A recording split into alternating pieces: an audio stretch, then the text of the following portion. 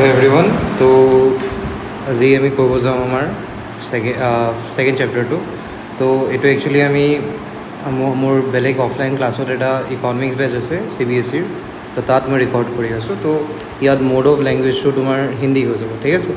তো তোমালোকে জাষ্ট এইখিনি ভালছে নোট কৰি লোৱা এণ্ড ভালছে চব নোট ডাউন কৰি লোৱা এটা কপিত। অ'কে, মই যি যি কৰাই আছোঁ তো ষ্টাৰ্ট কৰা। फर्स्ट हम लोग यहाँ पे लिखेंगे कि क्या टॉपिक आज यहाँ पे पढ़ना है, ठीक है। टॉपिक्स टू बी कवर्ड, देखो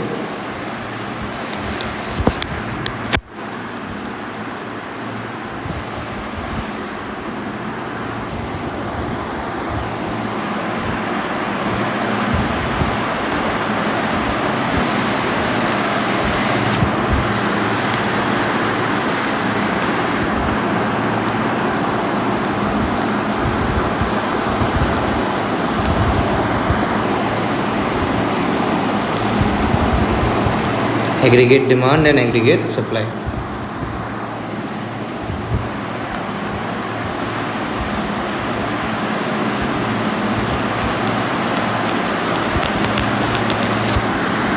propensity to consume and save and propensity to save, ठीक है। थर्ड हम लोगों को पढ़ना है इन्वेस्टमेंट मल्टीप्लायर,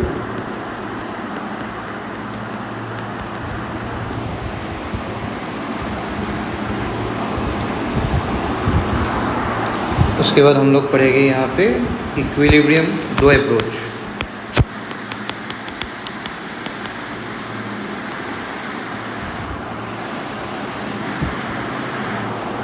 ठीक, यहाँ पे दो अप्रोच पढ़ेंगे।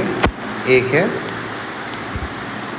AD/AS अप्रोच एंड दो नंबर हम लोग पढ़ेंगे सेविंग एंड इन्वेस्टमेंट अप्रोच।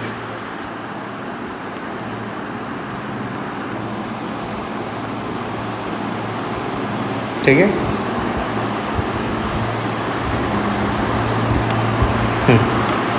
तो और एक 5 number last excess and deficient demand. ठीक है। तो ये 5 टॉपिक हम लोग कर लेंगे, मोटा मोटा हम लोग का कंप्लीट हो जाएगा। तो ये सबसे बड़ा चैप्टर है, ठीक है। तो we will take our time first of all, okay.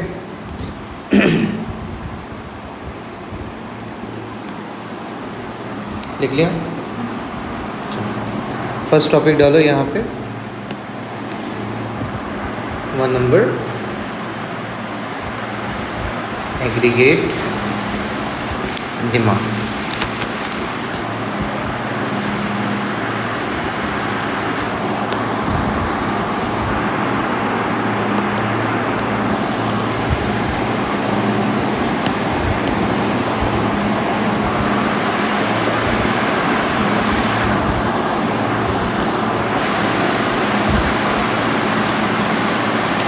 देखो, aggregate demand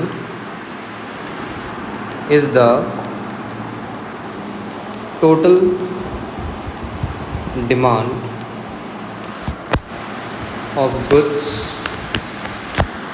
and services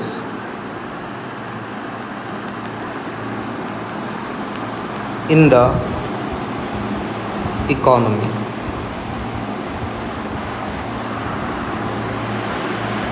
It basically represents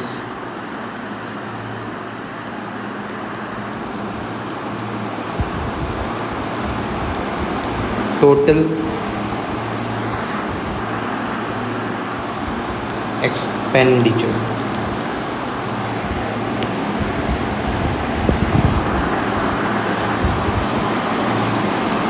क्या रिप्रेजेंट करते हैं? टोटल एक्सपेंडिचर, ठीक है।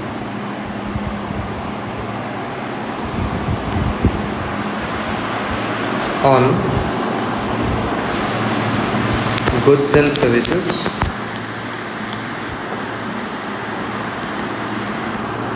in the economy.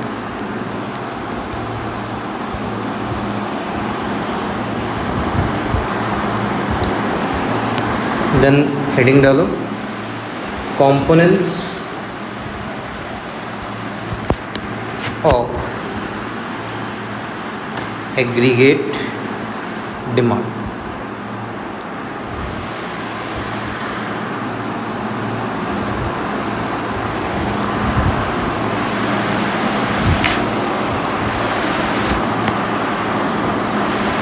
One,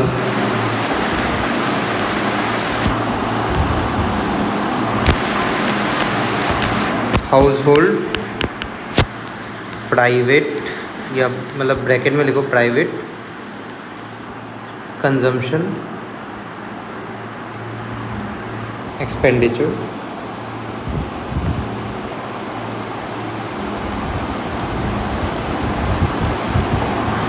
ठीक। इसमें थोड़ा एक्सप्लेन करते हुए लिखो।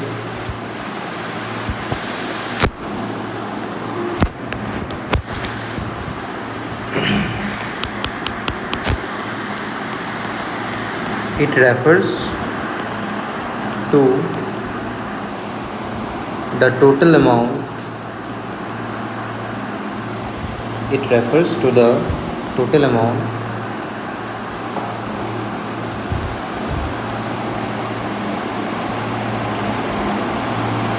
incurred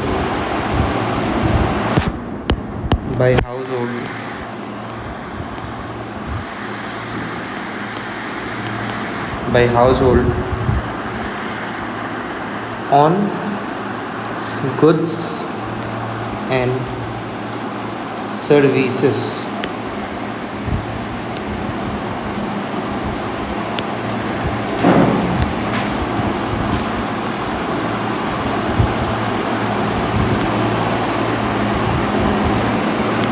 ठीक है, दो एक बार लिख लो, देन समझा दूंगा, ठीक है। Then investment expenditure,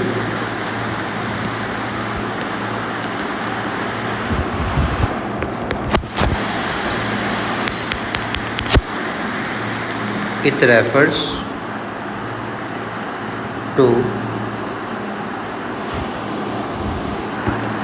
the expenditure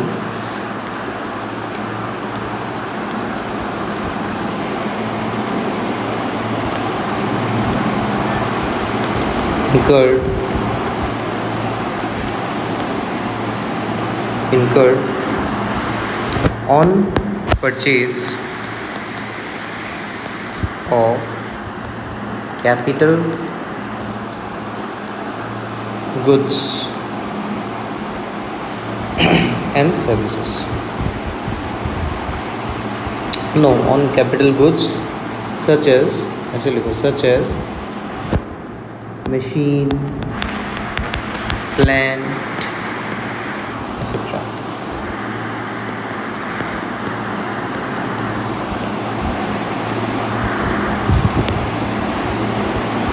ठीक है। अब थर्ड में लिखो गवर्नमेंट कंजम्पशन, ठीक, government consumption expenditure.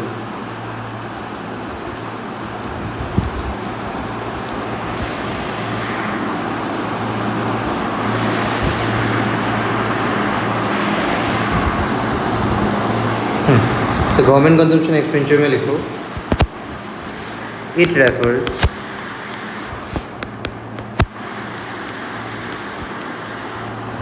To the government expenditure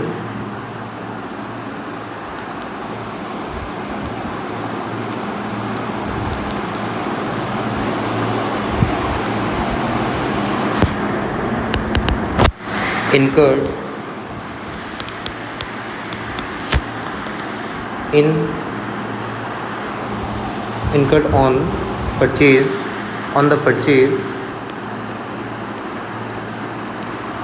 of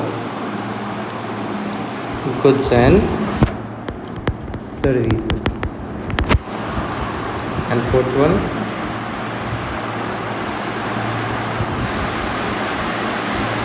net exports.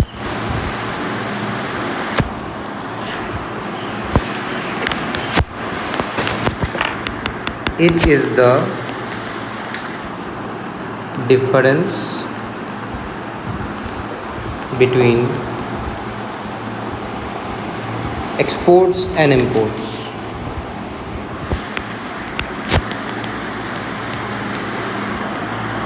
of goods and services. ठीक है,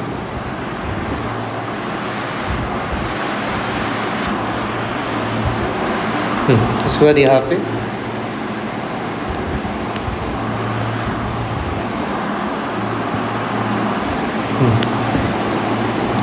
ट्रायंगल बनाना एंड यहाँ पे बड़े बड़े अक्षरों में लिखो। क्या लिखोगे? AD जो कि एग्रीगेट डिमांड है is equals to C plus I plus G plus X minus M। क्या पे है? G plus X minus M। ये है क्या, हम लोग अभी पढ़ेंगे। ठीक है, चलिए इसे एक बार यहाँ तक कंप्लीट कर लो स्पीड।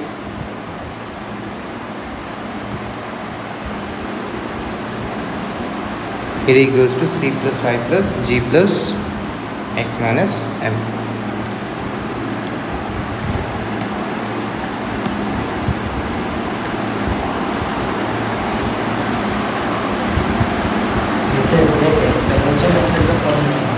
वही, ठीक है, जो हम लोगों ने फर्स्ट चैप्टर में एक्सपेंडिचर मेथड का फॉर्मूला किया था, वही एग्जैक्ट फॉर्मूला यहाँ पे यूज़ हो रहा है। ठीक है, करेंगे हम लोग।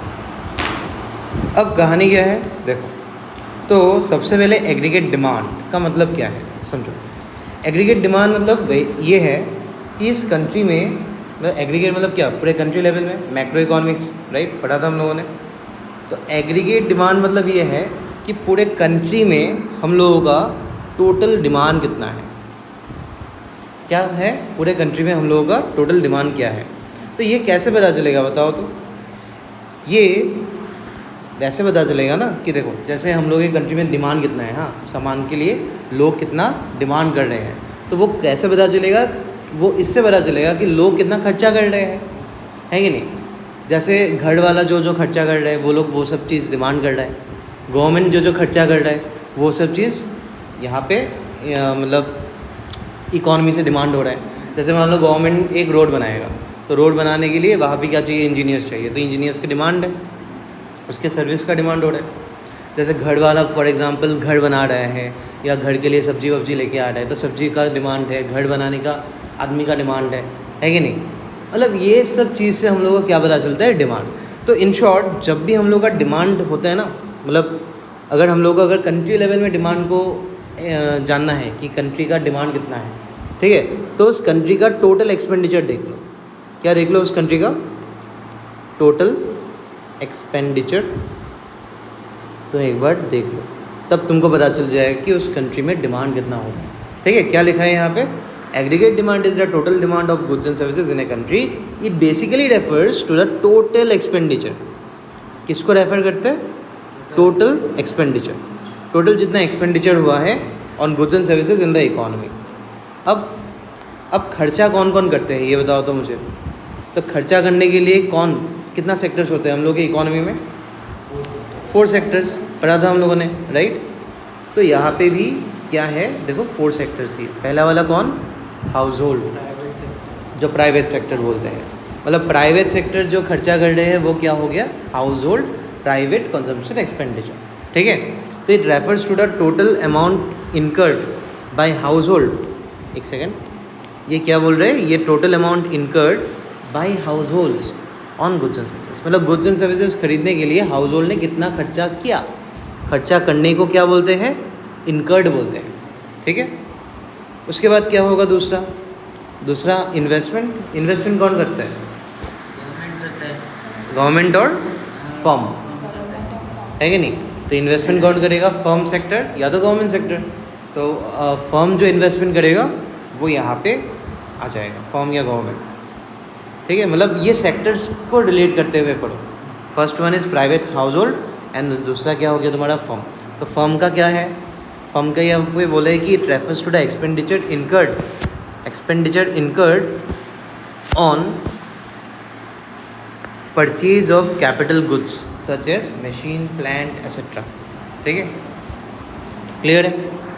उसके बाद क्या है, मतलब मशीन कैपिटल गुड्स मतलब तो पता ही है ना, जो गुड्स बड़ा गुड्स होता है, once in a while machine type of goods, तो वो है।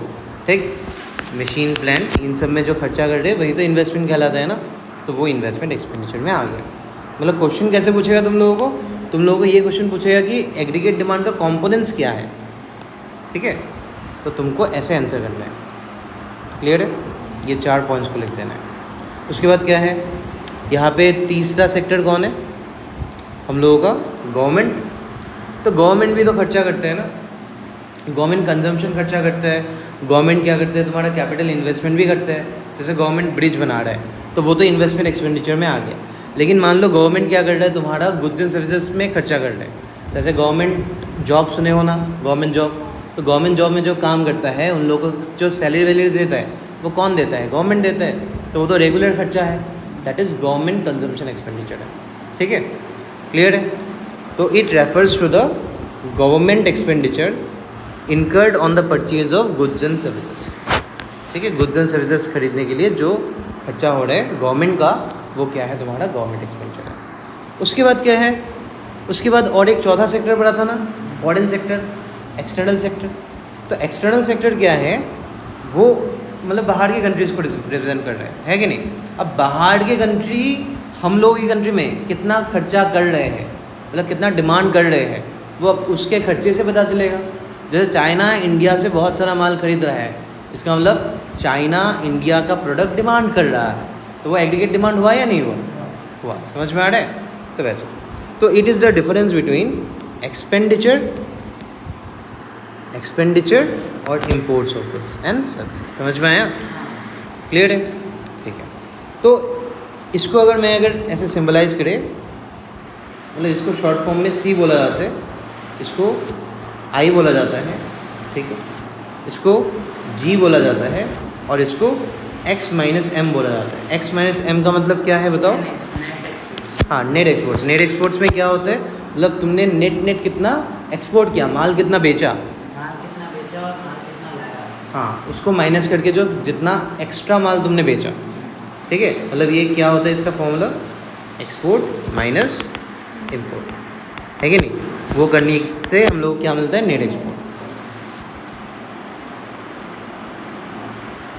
जैसे एग्जांपल, मैंने मान लो रेस्ट ऑफ द वर्ल्ड में मैंने 1 लाख का सामान बेचा, ठीक है, लेकिन मैंने बाहर की दुनिया से मैंने माल खरीदा ओनली 20,000 का।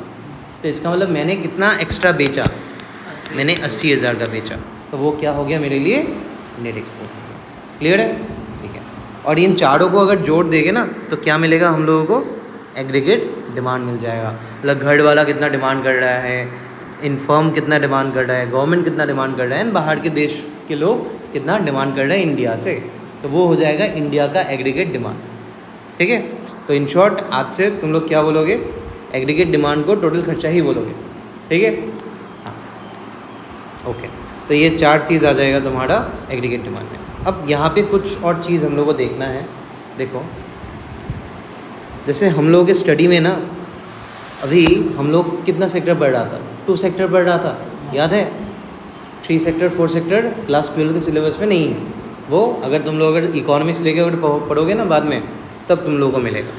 तो अभी इस केस में हम लोग सिर्फ ओनली 2 सेक्टर पढ़ेंगे। मतलब कौन कौन, एग्रीगेट डिमांड इक्वल्स टू क्या हो जाएगा हम लोग के लिए अभी C+I हो जाएगा, मतलब consumption expenditure plus investment expenditure.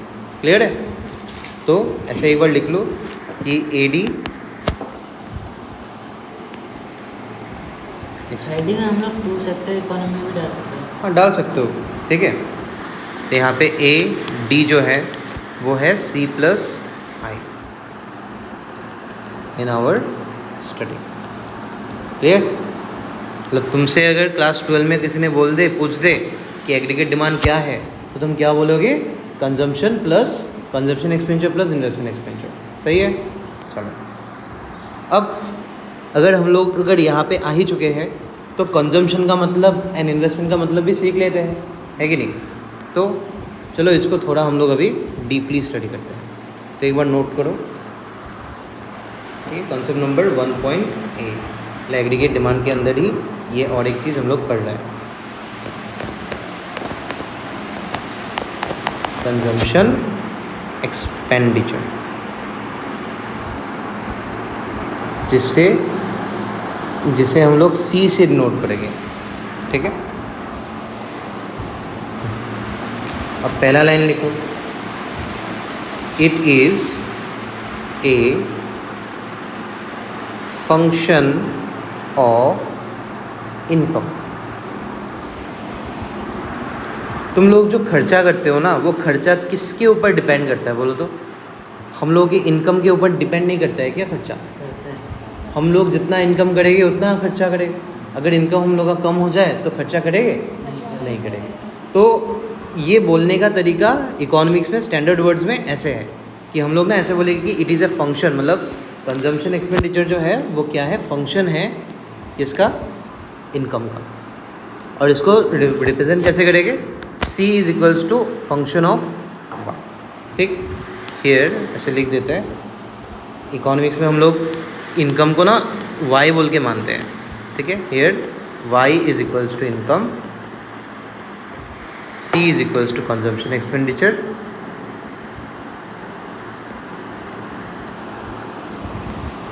Consumption expenditure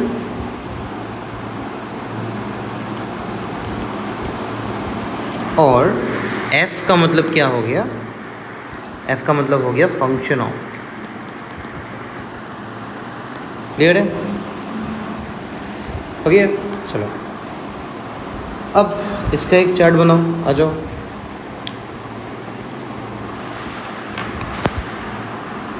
इसका एक ग्राफ बनाना है हम लोगों को।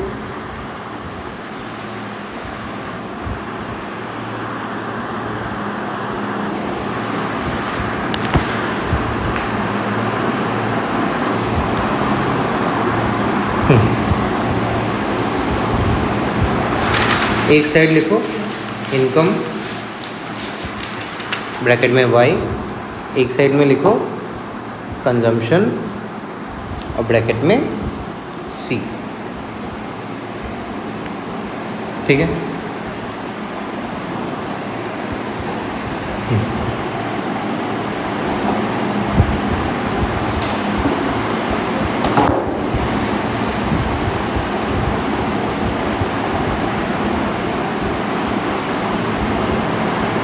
ठीक है, हो गया। स्टार्ट करें, आ जाओ देखो। तो यहाँ पे पहले लिखो इनकम में ज़ीरो लिखो।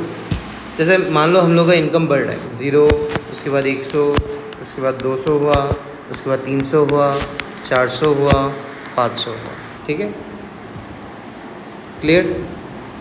अब कंजम्पशन देखो, सुनो, जब हम लोगों ने ना इनकम कितना किया, 0 किया, तो हम लोग का खर्चा कितना होगा? कुछ तो हो गई। कुछ तो होगा या नहीं होगा? बताओ। होगा। होगा, क्योंकि हम यहाँ जनरेट करें तब भी हमारा खर्चा तो निकलना पड़ेगा। जैसे मान लो फॉर एग्जांपल तुमने आज इस साल कुछ इनकम नहीं किया, ठीक है, बट स्टिल तुम तो खर्चा करोगे ना, मतलब कुछ हम लोगों को रहने के लिए, ठीक, अर्थ में कुछ तो खर्चा करना ही पड़ेगा पेट भरने के लिए, है कि नहीं। तो वो जो मिनिमम खर्चा होता है ना, वो मिनिमम खर्चा कहाँ से करेंगे बोलो तो? वो मिनिमम खर्चा हम लोग सेविंग से करेंगे, अपना सेविंग तो होगा ही कुछ, या उधारी से करेंगे, ठीक है। तो कुछ ना कुछ तो मिनिमम खर्चा होगा ही होगा, ठीक है। बहुत लोग यहाँ पे 0 लिख देते हैं, जो कि गलत है, ठीक। तो ये वाला क्वेश्चन एक पूछा आता है कि at income 0 what is the minimum consumption. तो तुमको यहाँ पे बोलना है कि मिनिमम कंजम्पशन कितना होता है, कुछ होता है। फॉर एग्जांपल अभी 60। इस खर्चे को क्या बोलते हैं बताए? इस खर्चे को बोलता है ऑटोनमस कंजम्पशन। क्या बोलते हैं? Autonomous consumption.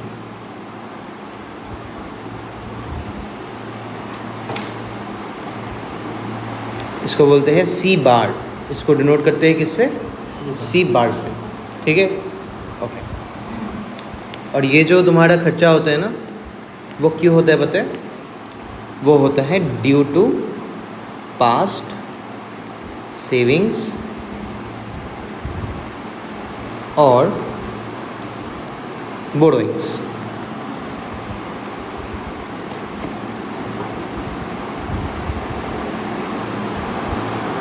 ठीक है, ड्यू टू पास्ट सेविंग्स और बोरोइंग्स।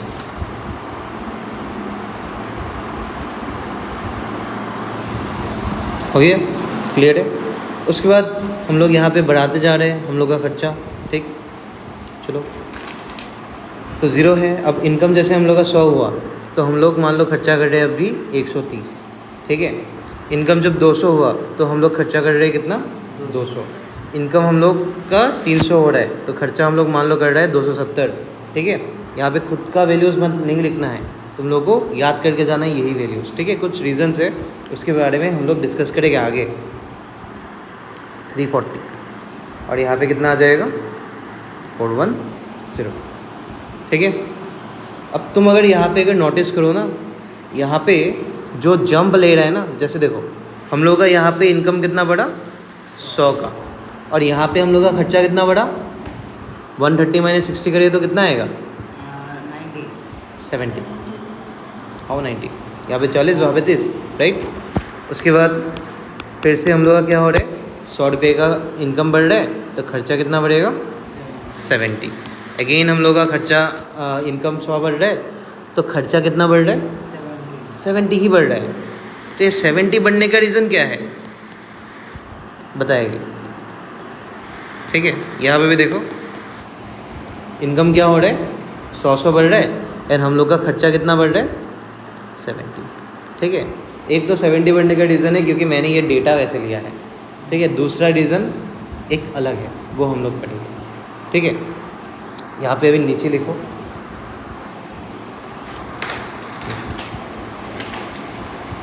और ये वाला चार्ट विद वैल्यूज़ याद रखना है। ठीक है, अब लिखो यहाँ पे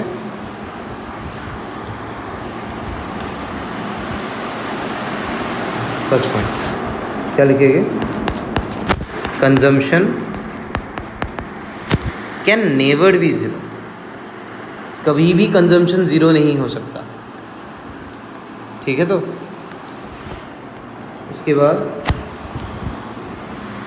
लिखो eight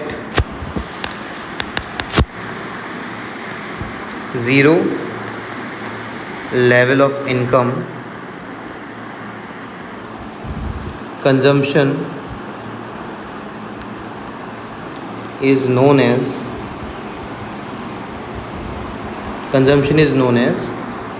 autonomous consumption.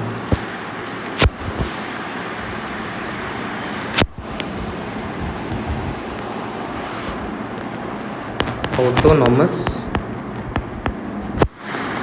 consumption.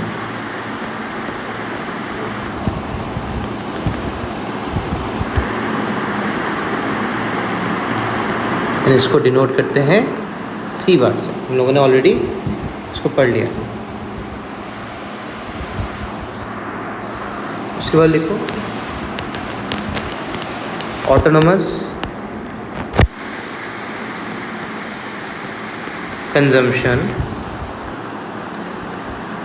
Exists because of past savings.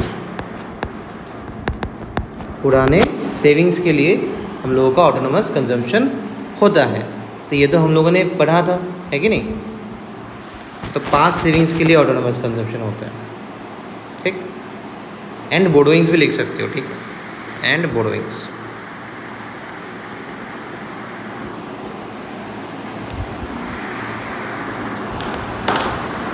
Clear है? उसके बाद लिखो और एक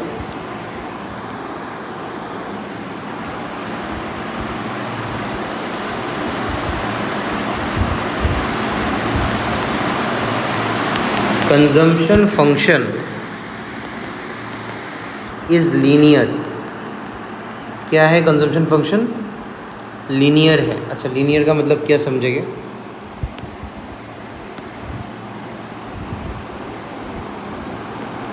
that is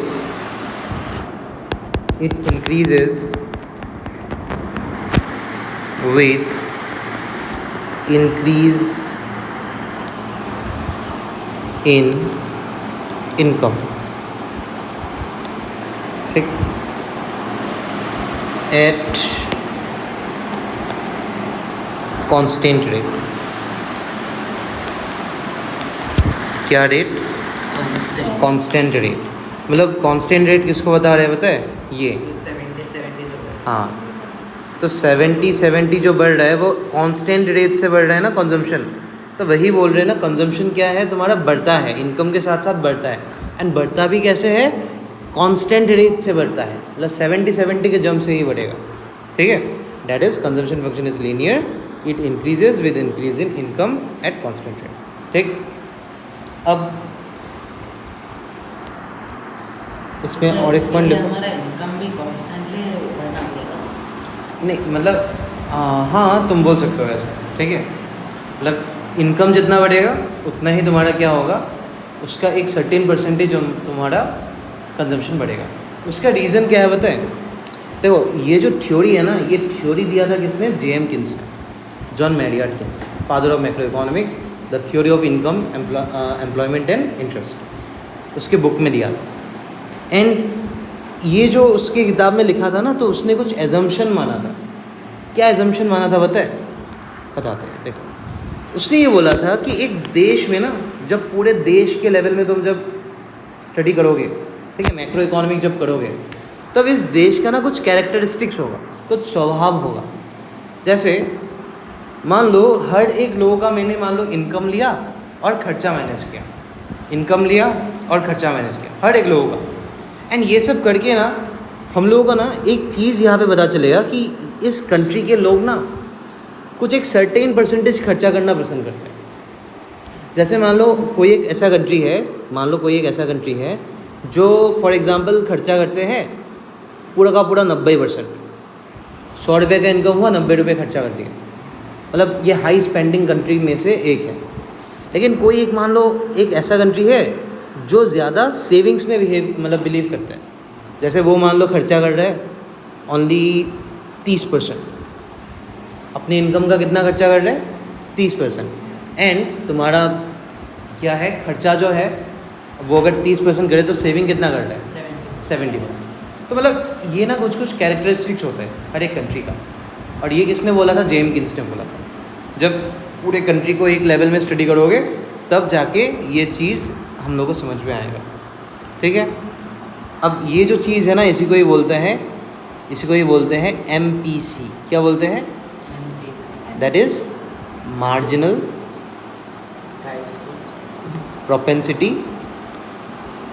propensity to consume. मतलब क्या है marginal propensity to consume? Simple है. प्रोपेंसिटी मतलब डिज़ायर. क्या है? डिज़ायर.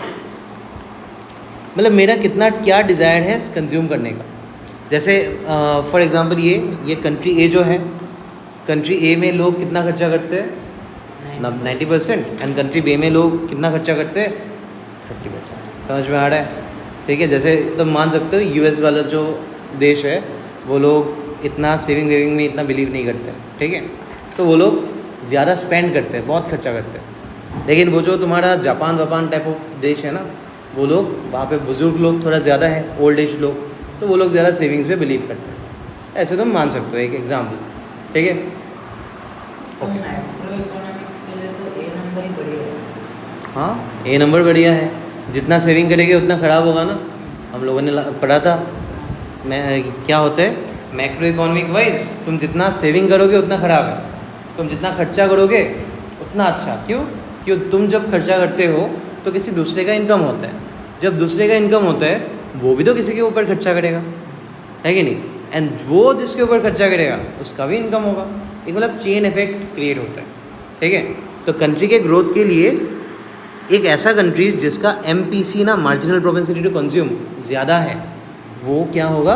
तुम्हारा बेटर होगा कंट्री के ग्रोथ के लिए. तो वही हम लोग यहाँ पे एक बार देखते हैं. ठीक, लिखो एक बार और एक पॉइंट. द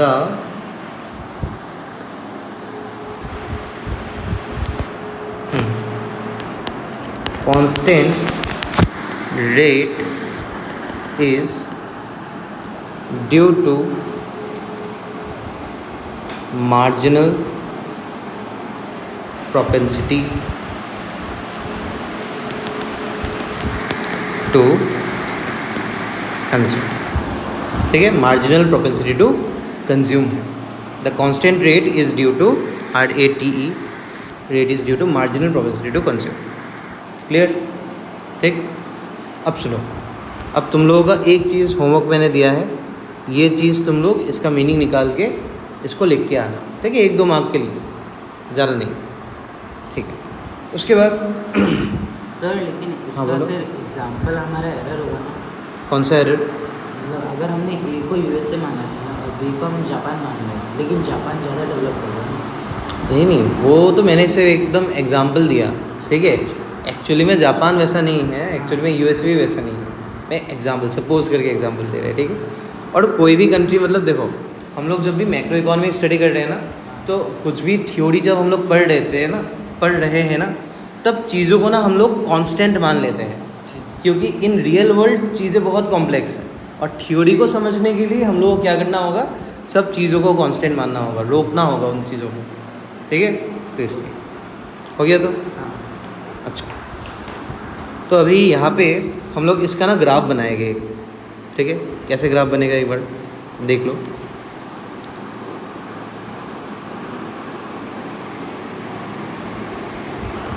ठीक है, यहाँ पे लिखो तुम इनकम y, ये है तुम्हारा x एक्सिस और ये है तुम्हारा y एक्सिस. और y एक्सिस में लिखो, मान लो तुम, एक सेकेंड,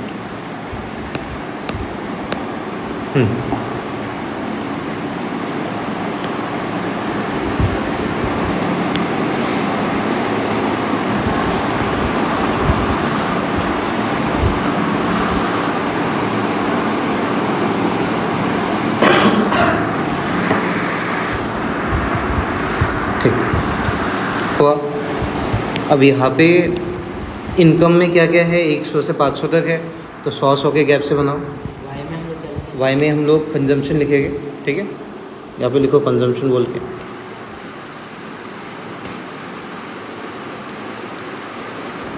ठीक. सी को हम लोग वाई एक्सिस में मेज़र कर रहे हैं, एंड वाई को, मतलब इनकम को, हम लोग एक्स एक्सिस में मेज़र कर रहे हैं. ठीक है, अभी सबसे पहले यहाँ पे 100 का गैप छोड़ो. 100, 200, 300, 400, 500, 600. ठीक है, यहाँ तक रखने से हो जाएगा. उसके बाद वाई एक्सिस में कितना है, 410 तक है. ठीक है, तो हम लोग भी वहाँ पे वो 100 का ही गैप रखेंगे. ठीक है, तो यहाँ पे 100 हो गया मान लो, या 50 का गैप रख सकते हैं क्या. यहाँ पे 9 टाइम्स होगा, 1 2 3 4 5 6 7 8 9, हाँ हो जाएगा. 50-50 का मैं यहाँ पे गैप रख सकता हूँ. 50 और उसके बाद 100 आ जाएगा. ठीक,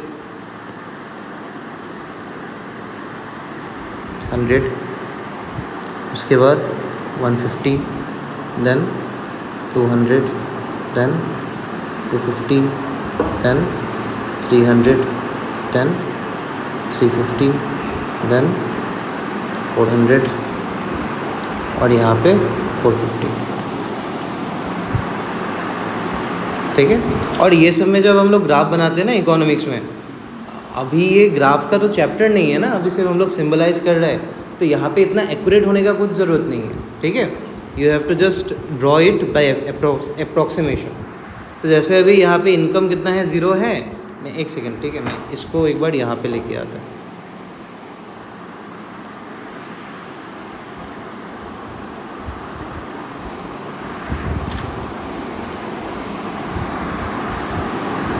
ठीक है, अब अच्छे से यहाँ पे करते हैं. तो जैसे क्या बोला है यहाँ पे, इनकम 0 है, कंजम्पशन कितना है, ये है. तो जब इनकम 0 है ना, ये जब इनकम 0 है तब कंजम्पशन कितना है, 60 इसमें है. ठीक है, तो यहाँ पे एक डॉट दो. उसके बाद जब इनकम 100 है, जब इनकम ये 100 है ना, देखो एक बार देख लो, ठीक है। उसके बाद लिख लेना 100 है, तो 100 में कंजम्पशन कितना हो रहा है तुम्हारे 130, तो 130 कहाँ पे आएगा, इस साइड कहीं पे आएगा, 100 और 150 के बीच में, ठीक है। उसके बाद तुम्हारा जब इनकम 200 है तो तुम्हारा खर्चा कितना हो रहा है 200, तो ये 200 एंड खर्चा भी कितना हो रहा है 200, तो ये हो गया तुम्हारा ये पॉइंट 200 में। उसके बाद 300 में कितना खर्चा हो रहा है 270, तो 270 यहाँ पे इसके पास होगा कहीं पे 250 एंड 300 के बीच, ठीक है। उसके बाद क्या है तुम्हारा 400 में 340, तो 400 में 340 यहाँ पे होगा कहीं पे, यहाँ पे होगा, है कि नहीं, 350 से थोड़ा नीचे। उसके बाद 500 में क्या है तुम्हारा 410, तो 400 से थोड़ा ऊपर होगा, ओके। अब इन सब चीज़ों को अगर एक बार ऐसे ज्वाइन कर दो, हाँ, तो ये बन गया हम लोगों का क्या, कंजम्पशन कर्व। क्लियर, ये हो गया हम लोगों का कंजम्पशन कर्व। क्लियर। अब इसमें ना हम लोगों को बहुत कुछ सीखना है, समझो। अच्छा, पहला बात तो मैं ये एक पॉइंट ना यहाँ पे डिफाइन कर देते हैं, इससे पहले कि मैं ये भूल जाऊँ। देखो, तो ये एक पॉइंट है यहाँ पे 200 और यहाँ पे भी कितना है 200, 1 मिनट। मतलब हम लोग का इनकम कितना है यहाँ पे, और हम लोग का खर्चा भी कितना है, तो मतलब जितना इनकम उतना खर्चा, तो इसका तो ये हम लोगों का जो 11 का थ्योरी था, हाँ 11 का क्या थ्योरी था, इक्विलिब्रियम। अच्छा, इक्विलिब्रियम यहाँ पे नहीं बोलेंगे, ठीक है, इक्विलिब्रियम आएगा वहाँ पे। इसको स्पेशल नाम दिया जाता है ब्रेक इवन पॉइंट, क्योंकि इनकम और खर्चा का बोल रहे हैं ना, तो उसमें हम लोग क्या बोलते हैं इसको, ब्रेक इवन पॉइंट बोलते हैं, BEP, ठीक है। बहुत ही काम का पॉइंट है, हम लोग को आगे बहुत कुछ इससे रिलेटेड पढ़ना है। ब्रेक इवन पॉइंट, तो ब्रेक इवन पॉइंट मतलब एक ऐसा पॉइंट है, ठीक। इसको अगर तुमको लिखना है, इसको भी एक बार लिखना, ठीक है, या मैं ही लिखा देता, चलो मैं ही लिखा देता है, इसके साइड में ऐसे लिख दो, ब्रेक इवन पॉइंट का मतलब क्या है। इट रेफर्स, मतलब ऐसे पूछ देते हैं, it refers to a point where income and expenditure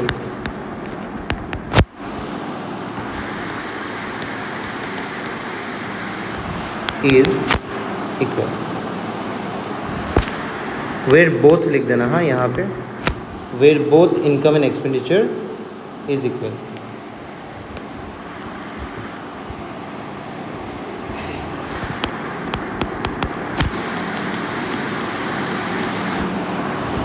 expenditure में भी कंजम्पशन एक्सपेंडिचर होना चाहिए था, ठीक है। एक्सपेंडिचर में भी कंजम्पशन एक्सपेंडिचर करते हैं इसको, इनकम या तो कंजम्पशन भी लिख सकते हो, income and consumption is equal, ठीक है, ये M है। क्लियर। तो it refers to a point where both income and ex consumption is equal. It indicates that there is no loss or no profit। तो यहाँ पे ये इंडिकेट हो रहा है कि यहाँ पे कुछ ना प्रॉफिट हो रहा है ना लॉस हो रहा है। जितना इनकम है सारा का सारा इनकम क्या हो रहा है, तुम्हारा खर्चा हो जा रहा है, ठीक है। अब इस क्या बोलते हैं, इस कंजम्पशन कर्व को हम लोग थोड़ा स्टडी करते हैं। देख लिया ये सारा, ठीक है। अब इस कंजम्पशन कर्व को अगर अच्छे से देखोगे तो ये ना यहाँ से स्टार्ट हो रहा है, तो ये वाला जो पॉइंट है, ये वाला जो पॉइंट है वो क्यों ऊपर से स्टार्ट हो रहा है बोल दो। क्योंकि कंजम्पशन ज़ीरो तो हो नहीं सकता है। हाँ, तो कंजम्पशन जो ज़ीरो लेवल ऑफ इनकम में कंजम्पशन तो ज़ीरो हो ही नहीं सकता है, तो कंजम्पशन कुछ तो होगा। तो उसको सिग्निफाई करने के लिए ये कर्व क्या बना है, ये कर्व थोड़ा ऊपर से बना है, ज़ीरो से नहीं बना है। तो इस लेवल को क्या बोलते हैं, ये जो है इसको बोलते हैं ऑटोनोमस कंजम्पशन, जो हम लोगों ने सीख के रखा है। सी बार ऐसे लिख दो, ये ऑटोनमस कंजम्पशन लिख दो, ठीक है। इसको क्या इंडिकेट करते हैं, सी बार। क्लियर है। और अगर कोई अगर तुमसे पूछ दे कि बताओ कंजम्पशन कर्व का स्लोप क्या है, क्या बताएगा, क्या पूछेगा?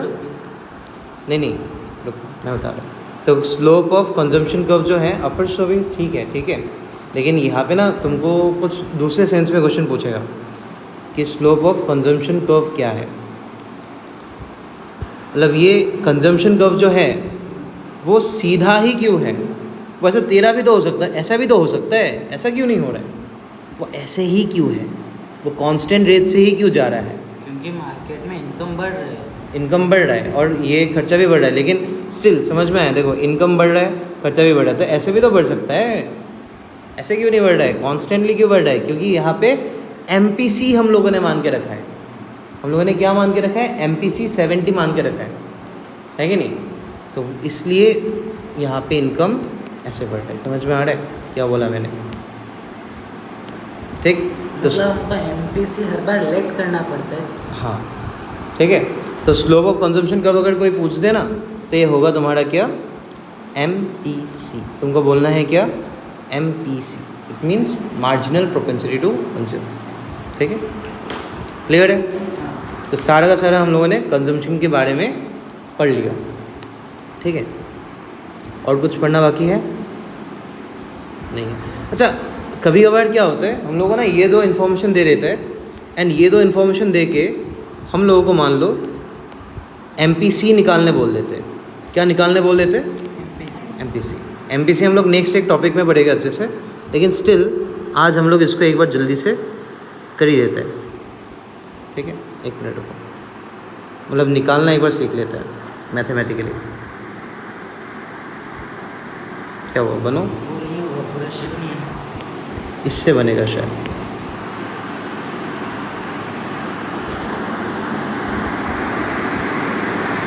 अच्छा, ऐसे करना होगा।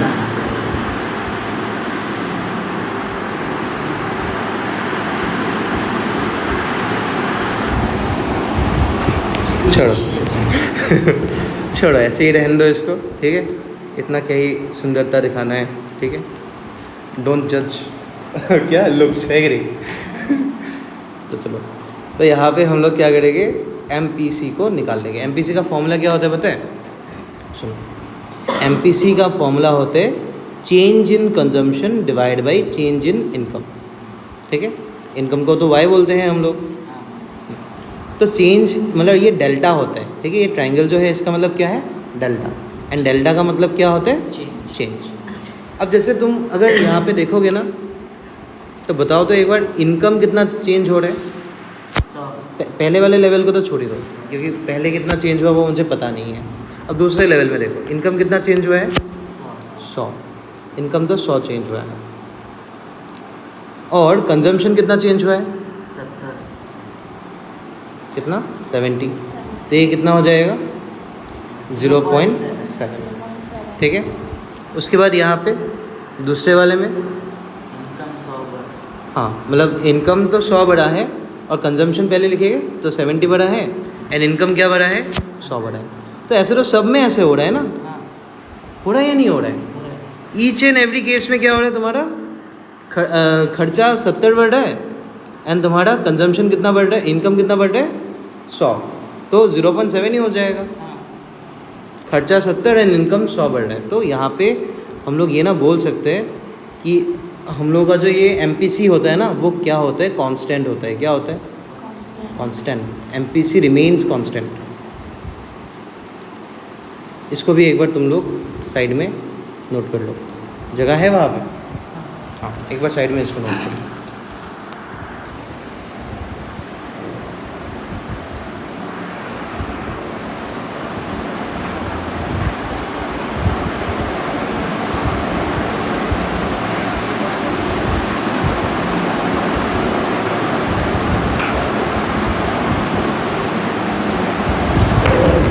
जो ये MPC कांस्टेंट है, ये मतलब कांस्टेंट रेट से बढ़ भी रहा होगा क्या? नहीं, कांस्टेंट रेट से बढ़ नहीं, देखो कांस्टेंट रेट से बढ़ता है कंजम्पशन।